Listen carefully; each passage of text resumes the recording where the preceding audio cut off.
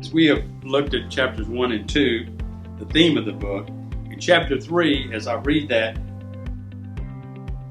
don't be confused by some of the language that he uses and the terms that he uses, where he says, you don't practice sin, or you do not make it a practice, or if you sin, you're not of the Father, because we know, and even he's talked about, that if we say we don't sin, we lie.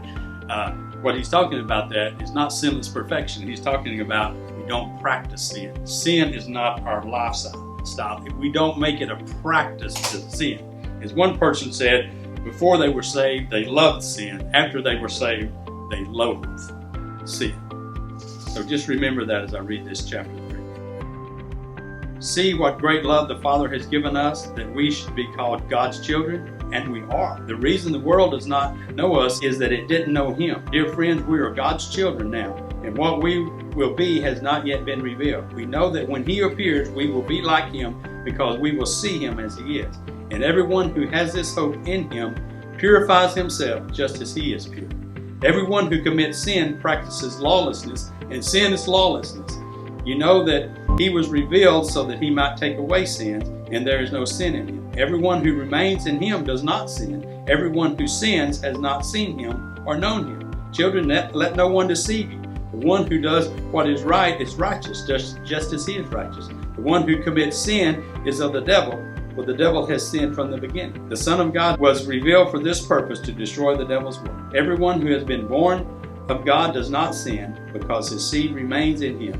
He is not able to sin, because he has been born of God. This is how God's children and the devil's children become obvious. Whoever does not do what is right is not of God, especially the one who does not love his brother and sister. For this is the message you have heard from the beginning. We should love one another, unlike Cain, who was of the evil one and murdered his brother. And why did he murder him? Because his deeds were evil and his brother's deeds were righteous. Do not be surprised, brothers and sisters, if the world hates you. We know that we have passed from death to life because we love our brothers and sisters. The one who does not love remains in death. Everyone who hates his brother or his sister is a murderer, and you know that no murderer has eternal life residing in him. This is how we have come to know love. He laid down his life for us. We should also lay down our lives for our brothers and our sisters. If anyone has this world's goods and sees his fellow believer in need but withholds compassion from him, how does God's love reside in him? Little children, let us not love in word or speech, but in action and in truth.